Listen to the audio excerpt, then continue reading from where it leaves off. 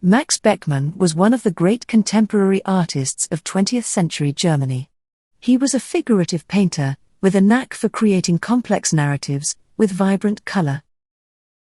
During his life, he created more than 800 paintings, and produced hundreds of prints and drawings. Beckmann was born in Leipzig, Germany in 1884. His father, a prosperous flour miller, died when Beckmann was only 10 years old. By the age of 15, after several years of boarding school, and against his family's wishes, he decided to become a painter. After failing the entrance exam for the Royal Academy of Fine Arts in Dresden, Beckmann was accepted by the Weimar Art School in 1900. The school provided him with an academic art education, where he learned to draw from antique sculpture, as well as from live models. At the school, he met his future wife, Minna Tuber. They married in 1906. After his art course ended, Beckmann went to Paris, where he studied at a private art academy. This was an alternative to the government-sanctioned Paris School of Fine Arts, which he thought had become too conservative. From 1904, Beckmann lived in Berlin. At 20 years old, the ambitious artist tried to distinguish himself in the capital city, one of the most important modern centers in Europe. Beckmann's work from this period is characterized by the legacy of Impressionism, with landscapes and beach scenes rendered in stippled brushstrokes, to evoke the play of light across forms. His painting, Young Men by the Sea, immediately attracted the attention of the Berlin art world. As a result, he was sponsored by the Weimar Museum director, and the gallery owner included Beckmann in his program, and began to promote his work. Beckmann married Minna Tuber in 1906. Before the wedding, Beckmann insisted that Minna abandon painting, to become a housewife. 2 years later, Minna became the mother of the couple's only child, a son, Peter. Minna then began taking singing lessons in Berlin. Over the following years, she developed a successful career for herself as an opera singer, which eventually led to the couple's divorce.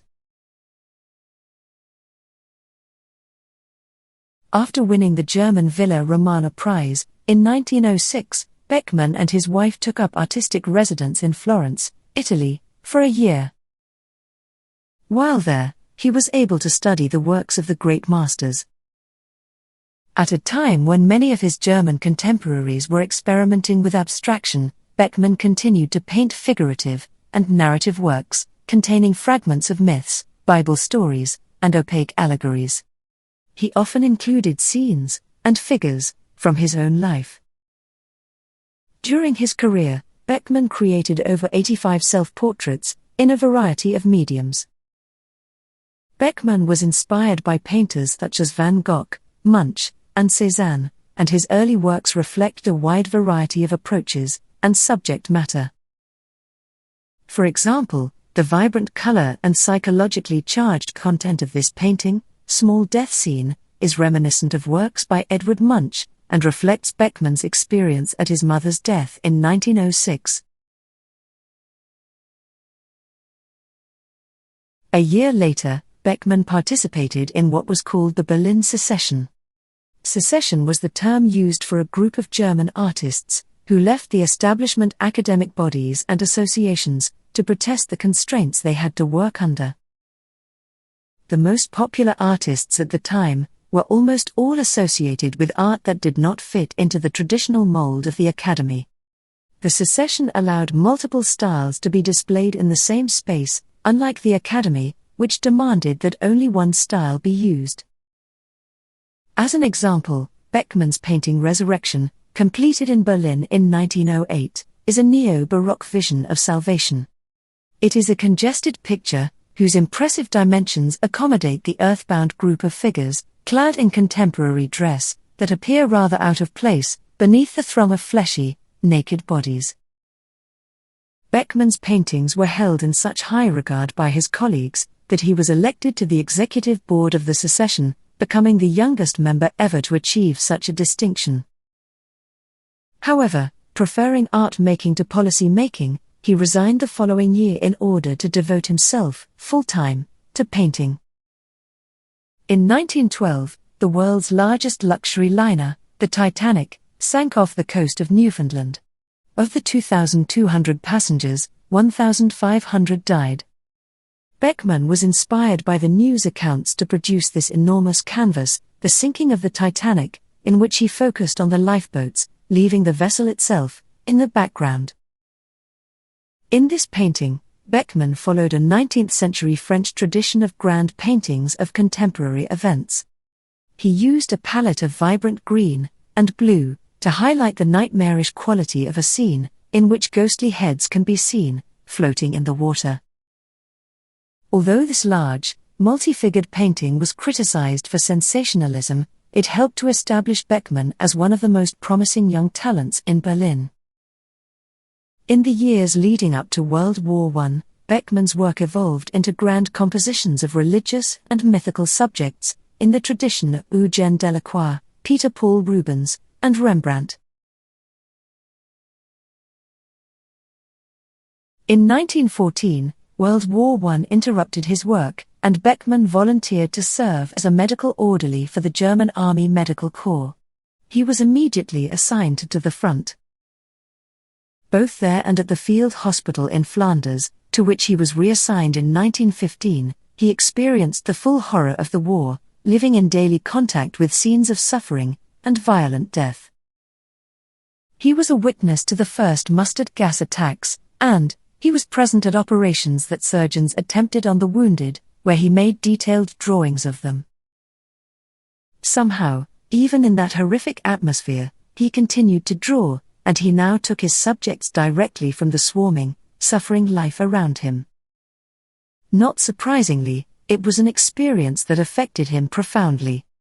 Though he suffered no physical wounds himself, what Beckmann afterward described as injuries of the soul brought on a nervous breakdown, and he had to be relieved of his duties and sent back to Frankfurt to recover. He was discharged from service in 1917. He did not return to family life with his wife and son. Beckmann's entire view of the human condition, and of the ways in which art might attempt to come to terms with it, was permanently altered by his experience of the carnage of the war. It separated him forever from the art of his early success, forcing him to abandon his traditional outlook and become another kind of artist. From then on, Beckmann chose the black and white medium of prints, almost to the exclusion of oil painting. Black and white had symbolic values for him.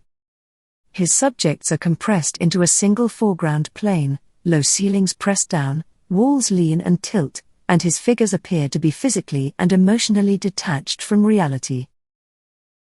Everything was now concentrated on sharp observation, immediacy of feeling, and a determined realism.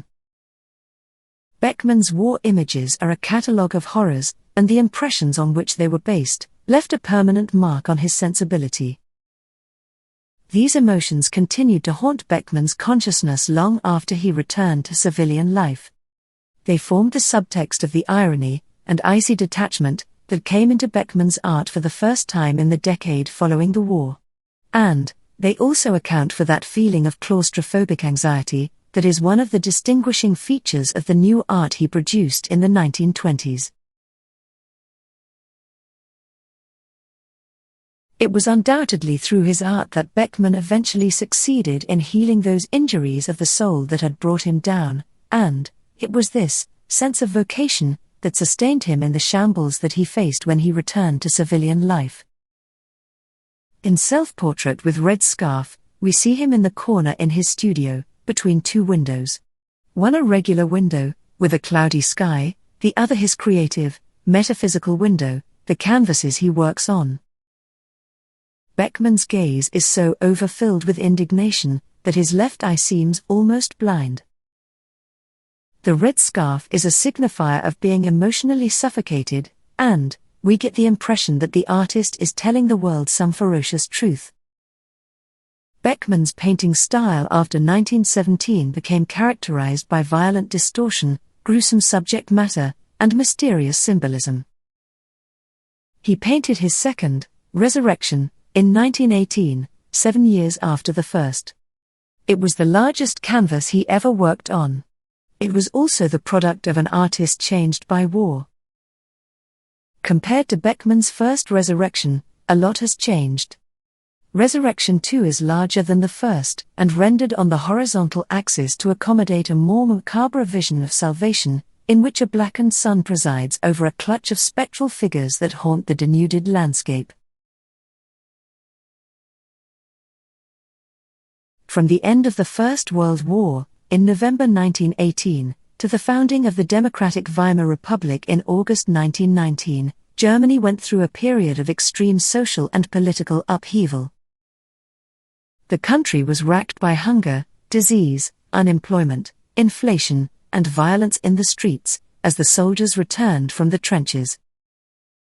Germany was led by a coalition of left-wing forces, with Marxist sympathies. Other, more radical groups were also grappling for control of the country, including the newly founded German Communist Party, the KPD. Beckmann's painting, The Night, attempts to capture the feeling of horror in the city at this time. It is a claustrophobic scene of 7 people crammed into a small space. Violence and torture are illuminated by a large burning candle in the foreground, while the window in the background opens onto black night. On the left, a man in a nightshirt is being hanged with a scarf. Another man, with a bandaged head, squats barefoot on a table, twisting the arm of the hanged man. On the right we see a woman with her hands bound, and her legs split apart. She appears to have been raped. Her corset hangs open to reveal her bare torso, and her buttocks. Her red stockings are sliding down, and she is only wearing one shoe. Beckmann's painting presents an image of human brutality and degradation that has no explicit political stand. He blames human nature for the evils of the world. There is no escaping this overwhelming self-accusation. Victim and aggressor alike are cornered, with no exit. Beckmann's lithographic print series, Hell, was published in Berlin in 1919. The series takes an unflinching look at the social disintegration and civil violence that was occurring after the catastrophe of World War I. Beckmann depicts himself amid the misery in hell. His self-portrait appears in 5 of the 10 prints, and on the front cover. In this print, the street, a thoroughfare, is bustling with daytime activity, yet no one notices the man at the front being carried off, arms flailing, by another man. This print, Malapartius, shows wealthy individuals enjoying themselves, oblivious to the political unrest and suffering going on outside their door. Shortly before Beckmann created his print series, Hell, the German Communist Party, the KPD, staged an uprising in Berlin which was violently suppressed by the military. The leaders, Karl Liebknecht and Rosa Luxemburg, were captured, and then tortured, and murdered, while in custody. Their deaths struck a chord across the left-wing landscape, and they were widely celebrated as martyrs to the communist cause. Beckmann's print in Hell, called The Martyrdom, portrays the communist leader being tortured, shortly before her death. Under the cover of night, Rosa Luxemburg is about to be murdered. Beckmann's imagery in Hell is based on the realities he had recently witnessed, and he makes no effort to filter these visions for his viewers. His publisher did not sell a single copy when he exhibited them in 1919. When the war ended, Beckmann's work became increasingly occupied with the subject of theatre, including the variations of circus and cabaret. His painting, Carnival, is typical of the art for which Beckmann would become respected in the years that would follow. The interior in Carnival is typical of the structures and perspective in which Beckmann placed his figures, claustrophobic, chaotic and, on the verge of possible collapse. Although he compressed space, and is said to have had a horror of emptiness, he insisted on representing actual objects, and the space and air around them. The most important contributor to his style came from German late Gothic painting. He adopted its clear outlines, its strong verticals, and its jagged forms. He used black to force objects together, to create proximity, and, often outlined, or imprisoned, his images in black, creating compositions that looked as if they would burst from the picture plane. Throughout his life, he refused to explain the meaning of motifs he used in his work. Things like candles, fish, ladders and brass instruments, saying that it was up to the viewer to interpret them. However, he was clear about his direction. He did not believe in complete abstraction, flattened forms, or extreme stylization in his work. His work during the 1920s were considered leading examples of a painting style called New Objectivity, a short-lived German painting movement that rejected expressionism to embrace realism. Often cynical in its outlook, New Objectivity abandoned emotion to show the excesses of Weimar culture with frightening detachment. While Beckmann certainly engaged in social criticism, he did so in a broader context than other artists associated with New Objectivity, such as Otto Dix and George Grosz. These painters focused on political themes, often related to the horrors of the war and its psychological toll. Nowhere was this more noticeable than in the work of Otto Dix. The Skat Players was painted by Dix in 1922. The players are war veterans, horribly disfigured and crippled by their service in the war, yet they are still able to play cards. Dix uses the repetition of the cards, the chair legs, and the stumped limbs of the men to build a composition that is disturbing in form, as well as content. The confronting themes and monstrous detail in Dix's work created such a stir that many galleries blacklisted him. George Grosz, a merciless satirist of post-war Germany, used his brutal cartoons and paintings to emphasize the corruption, greed and sexual depravity of post-war Berlin. His work highlights the immorality of war profiteers, counting their cash and paying ugly prostitutes, while the streets outside were littered with grotesquely damaged war veterans. In this picture, the shadowy interior of a bar, a woman dressed in a transparent dress, fur stole and stockings, is drinking at a table. Rough-looking men of power in fancy suits sit at the other tables. Gaunt, despondent, lecherous people fill these works, emphasizing their dark and melancholy subject matter. Between 1919 and 1925, the population of Berlin more than doubled, to over 4 million. The pace of urbanization was staggering. A new nightlife emerged, overrun with ex-servicemen, prostitutes, cigarette sellers, sausage vendors and opium dens. After a visit to Berlin in 1922, Beckmann created a portfolio of lithographs, which he called Trip to Berlin. In these works, the artist comments on his observations by leading us through a series of images showing scenes of boredom, hunger and silly pleasure-seeking. An example is Striptease, one of the prints from the series, Trip to Berlin. The cabaret stage and its dancers are sharply separated from the spectators in the audience. These jaded, Prussian businessmen and their nouveau riche companions sit among champagne glasses and their unattractive wives and girlfriends, paying little attention to the display of female charms on stage. The dancers gyrate, without enthusiasm, not even bothering to follow a unifying rhythm. And yet, Beckmann's print shows these tired and misused women as being somehow more worthy than the members of the audience, with all their smugness and wealth, who he has depicted as soiled and depraved. Beckmann's pictures are always crowded, and yet, the people that populate his works hardly ever look directly at one another. Beckmann seemed aware of the paradox that an individual's loneliness is often felt most strongly in a crowd. An example is Family Portrait, painted in 1920. His mother-in-law is seen in the center of the picture, despairing and covering her face. Beckmann's son sprawls on the floor. The artist reclines on the couch, morose, and dressed as if for a costume party. His wife, Minna, primps herself before the mirror. The three women at the table are said to be an allegory for the three stages of life, one young and melancholy, one old and in complete despair, and the third, reading the newspaper, indicating her interest in contemporary events, and thus her realism. Beckmann himself is reduced to helplessness. The only man in a family of women and children, in effect, the father crippled by war. He is conscious of his family's miserable situation, but feels he can do nothing about it.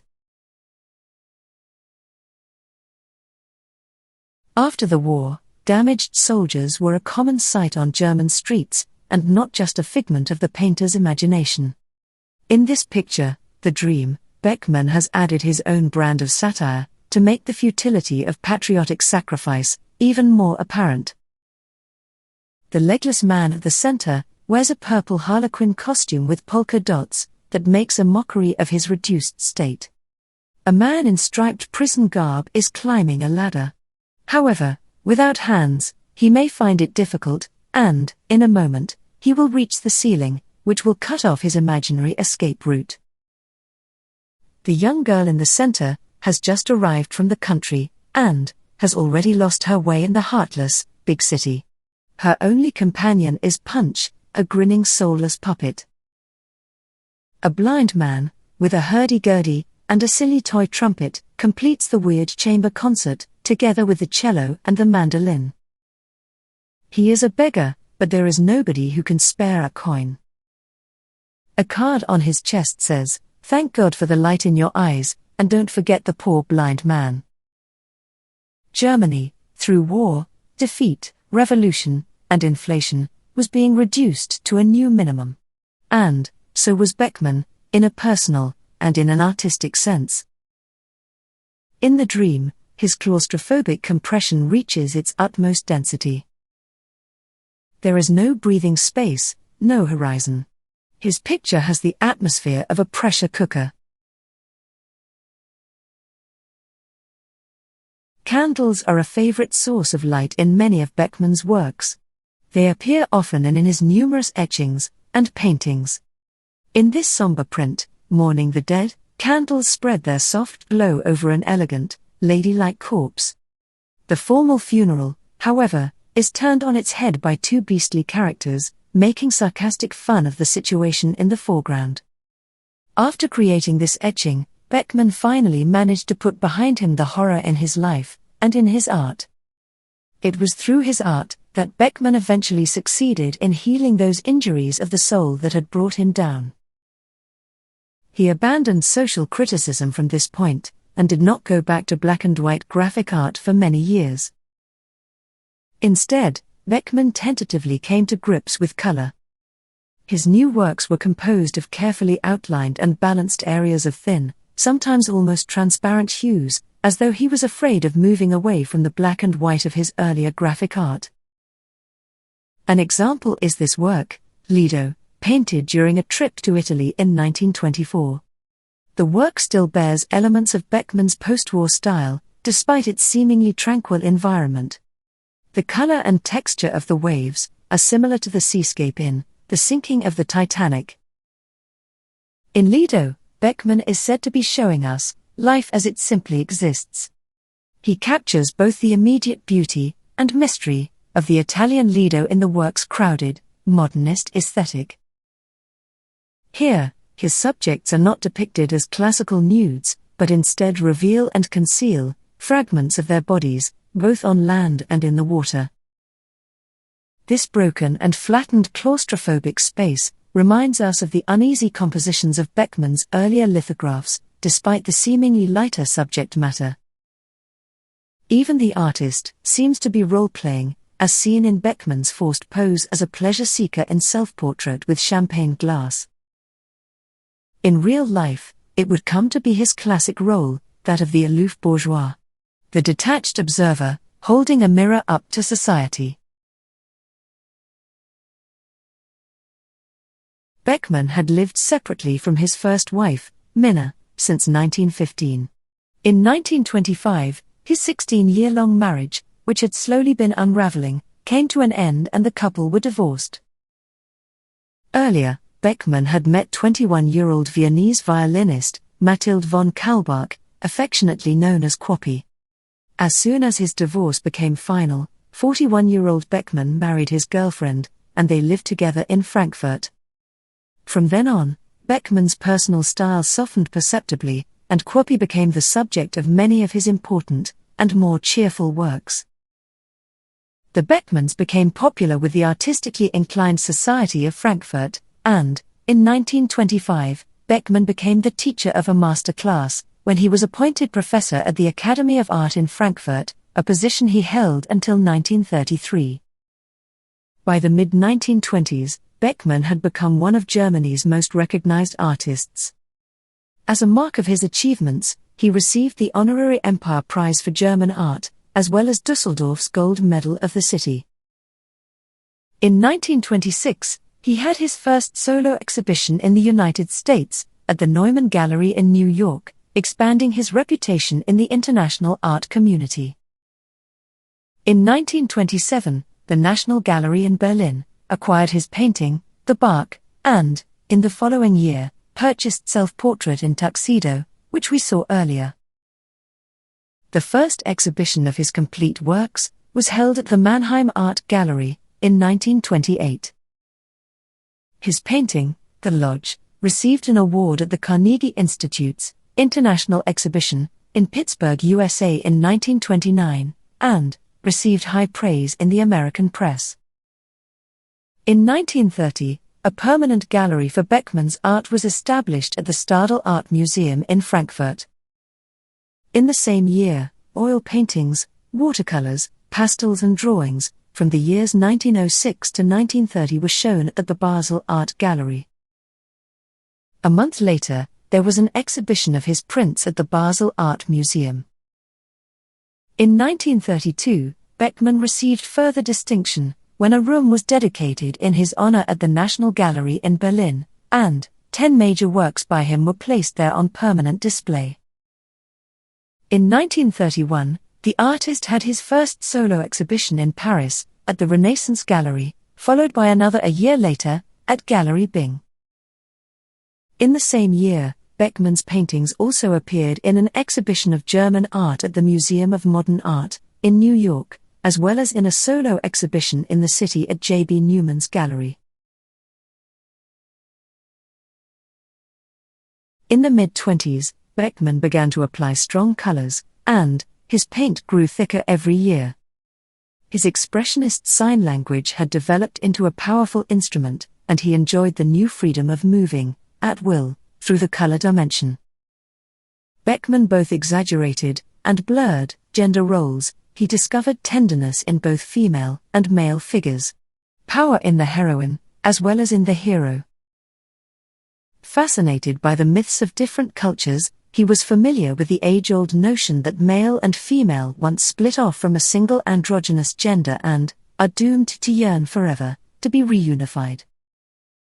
Beckmann, nonetheless, liked to style himself as a manfully resolute interpreter of the world, an image that, to this day, dominates the reception of his work, hindering a more open understanding of his many-layered art. In his work, Paris Society, Beckmann puts his subjects into uniforms. Tuxedos for the men and ball gowns for the women. We are unable to tell anything about the party guests, nor are we able to separate one from the other, in any meaningful way. Their emotions, little more than blank stares and eyes-closed sneers, seem equally as bland as their clothing. Beckmann's paintings often portray figures, merely acting out their roles. Here, they reveal nothing about themselves, something Beckmann felt was necessary, in both life and art. Beckmann's picture, Man and Woman, has a mural-like quality. The man has abandoned the self-absorbed female, he has stepped beyond the horizon, and looms like a distant giant in the pale blue sky.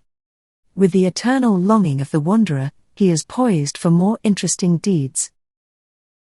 The woman, curled contentedly around a flower, still considers her little paradise as sufficient. Her tree is succulent, rank with buds and blossoms. There is a feeling that we have a vast, free future before us, that we are looking into the clear, cool dawn of tomorrow. Unfortunately, that was not to be so. With the increasing dominance of the National Socialist Party in Germany, in the early 1930s, modern art came under frequent attack. Beginning in 1933, exhibitions of modern art toured several German cities, with the purpose of defaming artists, including Beckmann and his contemporaries. In 1932, Beckmann, who was labeled a cultural Bolshevik by the Nazis, began to paint the triptych, Departure.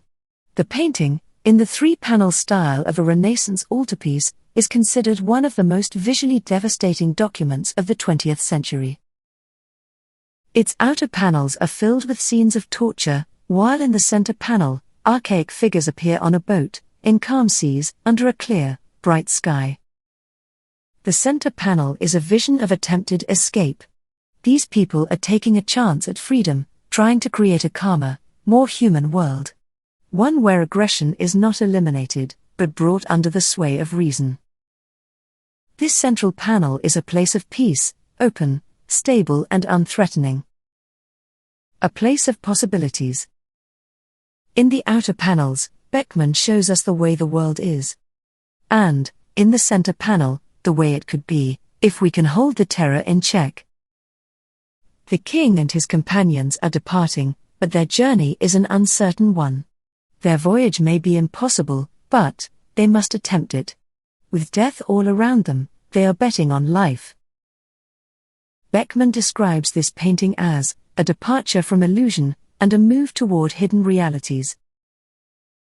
But departure is also about social cruelty, the violence human beings do to each other, presumably in the name of ideology. As the torture chambers in the outer panels indicate. With Hitler's appointment as Chancellor of Germany in 1933, Beckmann's good fortune abruptly declined. The Nazis viewed modern art as socially and morally corrupt, and they purged Germany's cultural institutions of everything they felt weakened the fiber of the country's heritage. Beckmann's work, along with that of many artists held in high regard today, was suddenly labeled degenerate. With more than 500 works confiscated, Beckmann became one of the most attacked artists in Hitler's notorious Degenerate art exhibition in 1937. Beckmann's acclaim, and association with modern art, made him an unfortunate target. The Nazi regime fired him from his teaching post in Frankfurt, and he moved to Berlin. After losing his job, Beckmann was forced to retreat into private life. His painting, Journey on the Fish, was prompted by the 50-year-old artist recognizing that his destiny was now inevitably bound to his second wife, Quoppy. The doubling of the motifs, fish, persons, and masks, captures the theme of the linked pair. Joined in unity with two fish, the couple seems to stumble towards an abyss, although it is not clear whether they are headed for a black seashore, or a dark chasm. Fish played a significant role in Beckmann's works, as a symbol of fertility and animal nature. In this painting, the fish are seen as the couple's rescuers, leading them to new shores. The day after Hitler's radio speech, in July 1937, in which he threatened artists who created degenerate art with imprisonment or castration, Max Beckmann fled to the Netherlands with his wife to live with her sister in Amsterdam. He would spend the next 10 years there, in exile. It was an abrupt and humiliating end for an artist who had been hailed only 4 years earlier as a German national treasure. Beckmann's first show in London, after his exile to Amsterdam, was an international success. From 1937 to 1947, Max and Quoppy lived in a flat in Amsterdam consisting of a room with a shower, a kitchen in the corridor, and a studio in the attic. In these 10 years, Beckmann worked largely alone, except for the company of his wife and a few close friends. He never much cared to mix with artists, but he was especially isolated in Amsterdam, spending longer hours than usual in his studio. The outbreak of World War II in Europe confined him to Amsterdam, except for occasional trips to Paris or the Dutch countryside. During the German occupation, Beckmann played a game of hide and seek with the Nazi authorities. At times, he was simply overlooked, but twice, he was called up for service in the German army, and then turned down, because of the heart disease that was already well developed, and that eventually caused his death. Amid the hardship of bombings, and the threat of being drafted, he remained productive and created some of his most powerful paintings, and more than a third of his life's works while living there. During these years, Beckmann was largely ignored by the Amsterdam art establishment. He went from being a celebrity in Germany to someone the Dutch didn't want to know about. Even now, only 3 of his paintings can be found in Dutch collections, one of which is this double portrait of Beckmann and his wife, in the Urban Museum, in Amsterdam. In this work, Self-Portrait with Horn, painted soon after arriving in Amsterdam, the exiled artist appears isolated and burdened with his own thoughts. The melancholy painting is among the most mystifying of Beckmann's many self-portraits. His gaze follows the resonance of a horn call, which he has just sent out like a message. He seems to listen for a distant echo. But there is no response, only a great silence. The artist, cut off from friends and homeland, was evidently feeling homesick.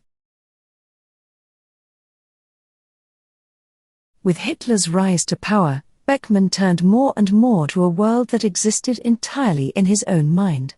A world of myths and allegories that continued to feed his imagination. This triptych, Temptation, is a sadomasochistic fantasy.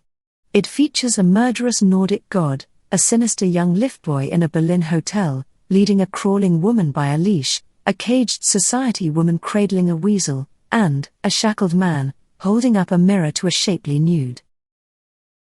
Here are Beckmann's habitual themes: violence between men and women, sensual bondage in a world of evil.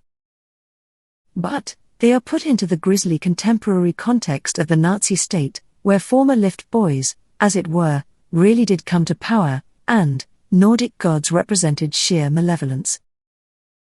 In this painting, Beckmann found the perfect balance between reality and myth, in which the metaphysical looked real, and reality resembled a fantasy.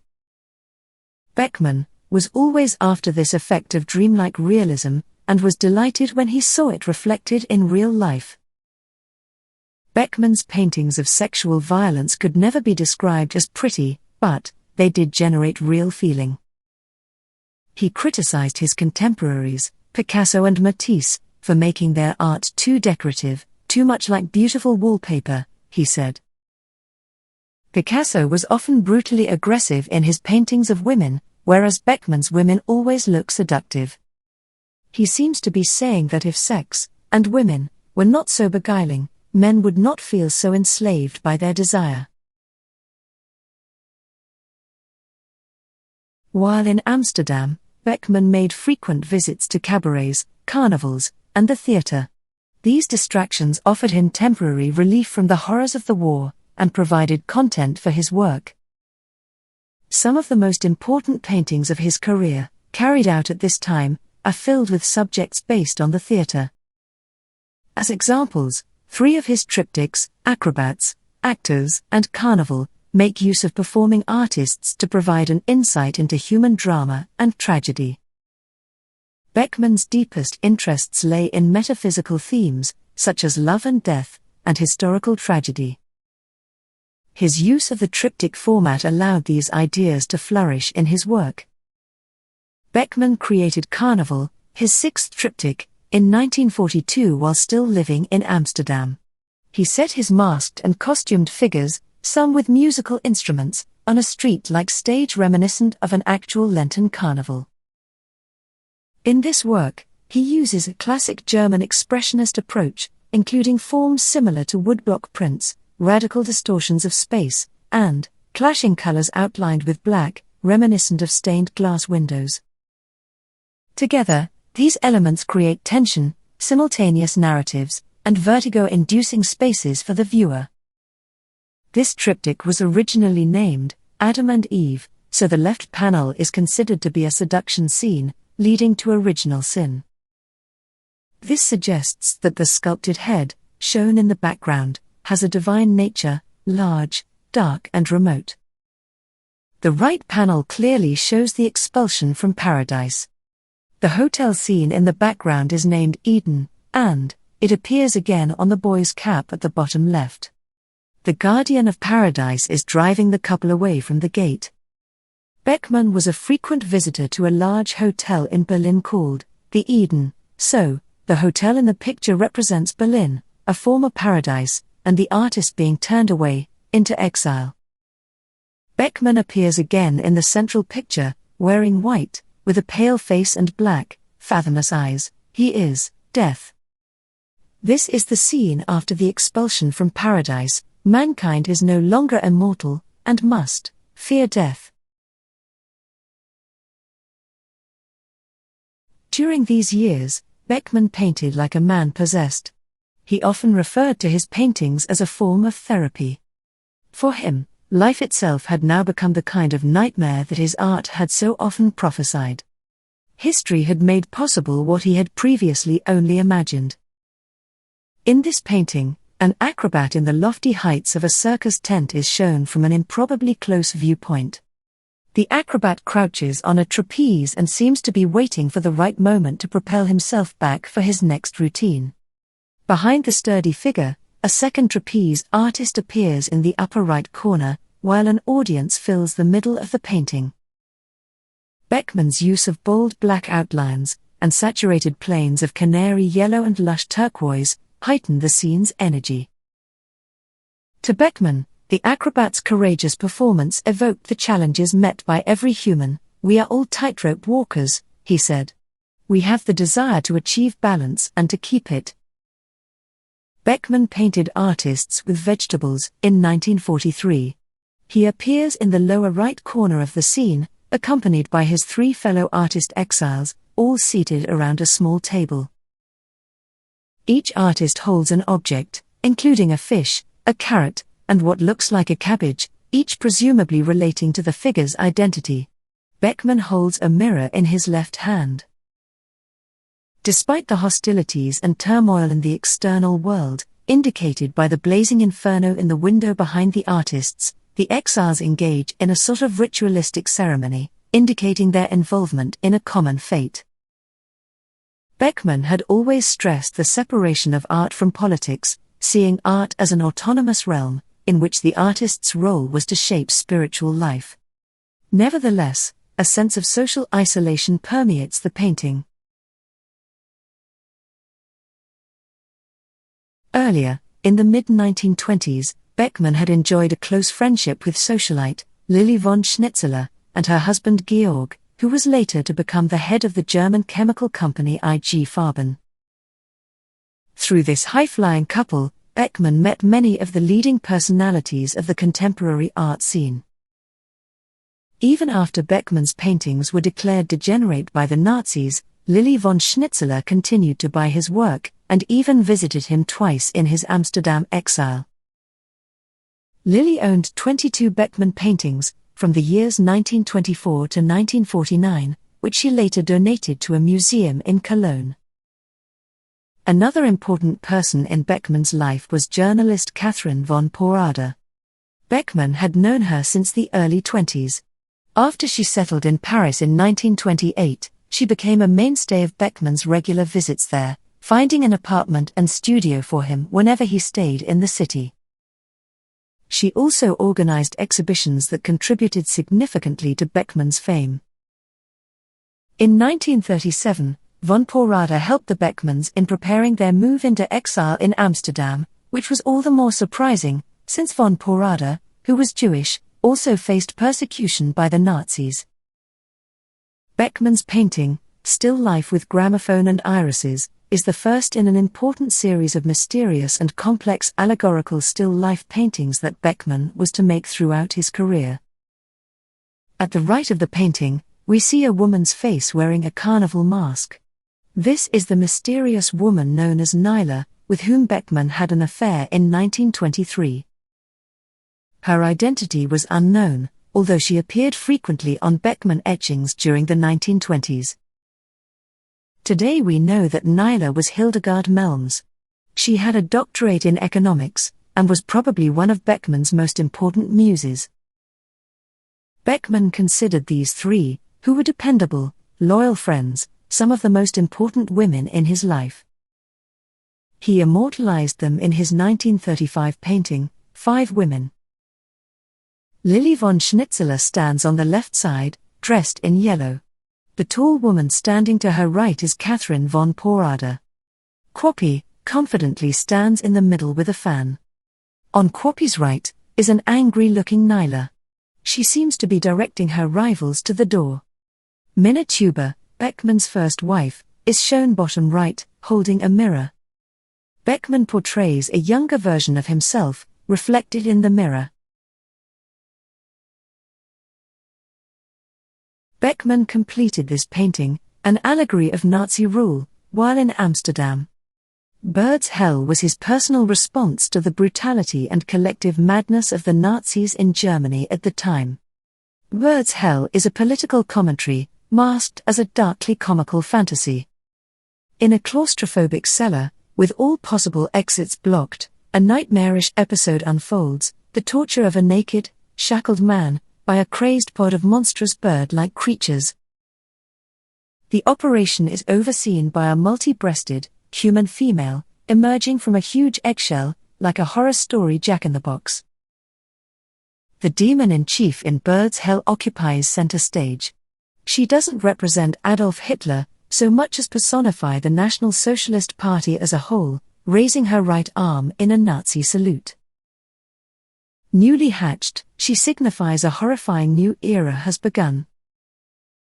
In 2017, the painting sold at Christie's in London for $46 million, setting a new world auction record for Beckmann, as well as being the highest price paid at auction for a work of an expressionist.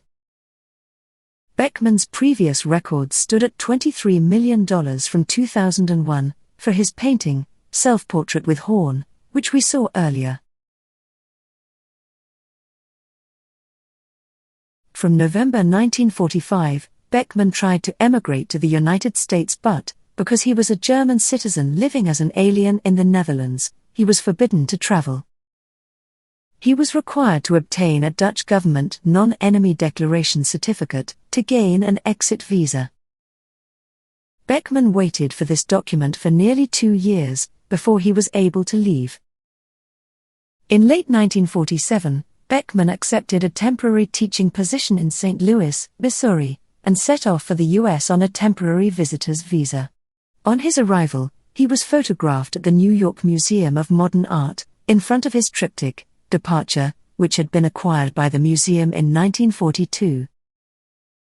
After a short stay in St. Louis, he returned to the Netherlands in June 1948, but only to make the necessary arrangements for his final emigration to America in September of that year. Beckmann painted cabins in the last few weeks that he spent in his old Amsterdam studio, before his third and final Atlantic crossing to America. The painting reflects Beckmann's experience of the crossing, but more generally, it is a glimpse of a myriad stories of human life. In the foreground, a sailor is clasping a huge fish, a symbol of man's passions and of the spirit. Behind him, in the boat's cabins, we see snatches of life in all its variety, including people mourning a dead body, a vision of an angel, and an artist at work. In this painting, Beckmann reveals the ruptures, longings, and emotions of human existence, as they pass in front of us like a film. Beckmann took up his professorship at the Washington University Art School, in St. Louis, in September 1948. He remained there a year, and then accepted a similar position at the Brooklyn Museum Art School, in New York City. He later described New York as a pre-war Berlin, multiplied 100-fold. Beckmann had always been inclined to metaphysical reflection. He was drawn to myth, symbolism and allegory as a means of dealing with, and giving expression to, The Ultimate Paradoxes of Life and Death. He firmly opposed the art world's move towards abstract art, and always desired to get hold of the magic of reality, and to transform it into paintings. As an example, this painting depicts Perseus, a celebrated warrior from Greek mythology, whose most famous feat was cutting off the head of Medusa.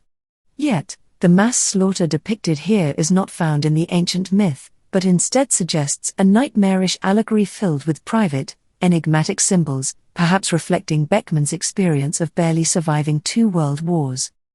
Created in the aftermath of the Holocaust, and under the Cold War threat of nuclear annihilation, this painting is a bitter critique of mankind's propensity for destruction.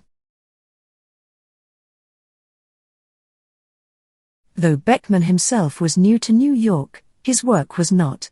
Before his arrival, his paintings had been known there for more than 2 decades, through the efforts of 2 of his art dealers from Berlin. American collectors were eager to acquire his paintings and prints. The Museum of Modern Art in New York had held an exhibition, German Painting and Sculpture, in 1931, which included 8 of Beckmann's works. In the late 1920s, a German-born American collector acquired the important painting, Self-Portrait with Cigarette, which he later donated to the Museum of Modern Art in 1956.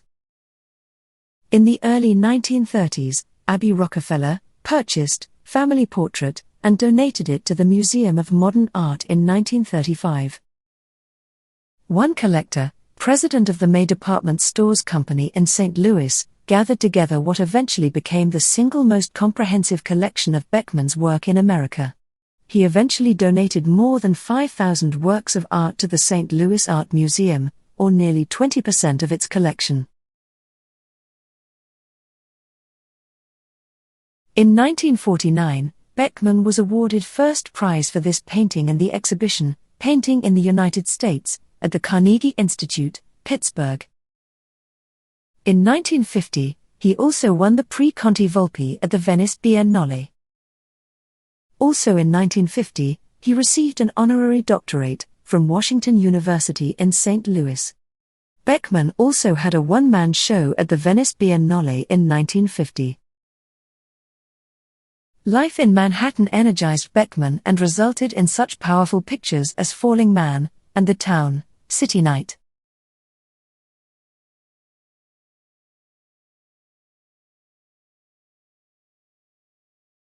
In Self-Portrait in Blue Jacket, Beckmann depicted himself as being more vigorous and virile than the rumpled figure seen in photographs of the time. The stony visage and ever-present cigarette we know about, but Beckmann's torso looks like the ancient Greek heroic images from which he took inspiration. Beckmann's health gave out on the corner of 69th Street and Central Park West, where he died of a heart attack on the way to see the Metropolitan Museum of Art exhibition, American Painting 1950. Ironically, among that show's featured attractions was this painting, Self-Portrait in Blue Jacket. Just before his death, Beckmann had finished The Argonauts, the 9th of the monumental triptychs that distinguish his mature career. The work, the last of the artist's career, is a soul-stirring meditation on the mysteries of art and life. Beckmann was a monumentally successful painter during his lifetime. His work sold consistently at high prices, and he had been the centerpiece of the 1932 New York Museum of Modern Art exhibition of German art. Beckmann's painting, Departure, has been in the Museum of Modern Art gallery since 1942. However, New York institutions have not been especially kind to Beckmann. Since his death, only 2 Beckmann retrospectives have appeared in New York museums. The first was at the Museum of Modern Art in 1965, and again in 2003. In the 70s, 3 Beckmann paintings were sold off by the Metropolitan Museum of Art, to buy a big stainless steel sculpture by David Smith. Beckmann's wife, Quoppy, never forgave the Met for selling her husband's paintings. In 1975, she promised to bequeath 2 works, not to the Met, but to the National Gallery of Art, in Washington. They are among Beckmann's finest works, Falling Man and The Argonauts. Beckmann's studio contained several unfinished canvases on his death, including a 10th triptych, testifying to the boundless creative energy that he possessed in spite of his failing health. He had lived just long enough to acquire yet again, in an entirely new setting, the status of an eminent master, and he was working at the peak of his powers when he died.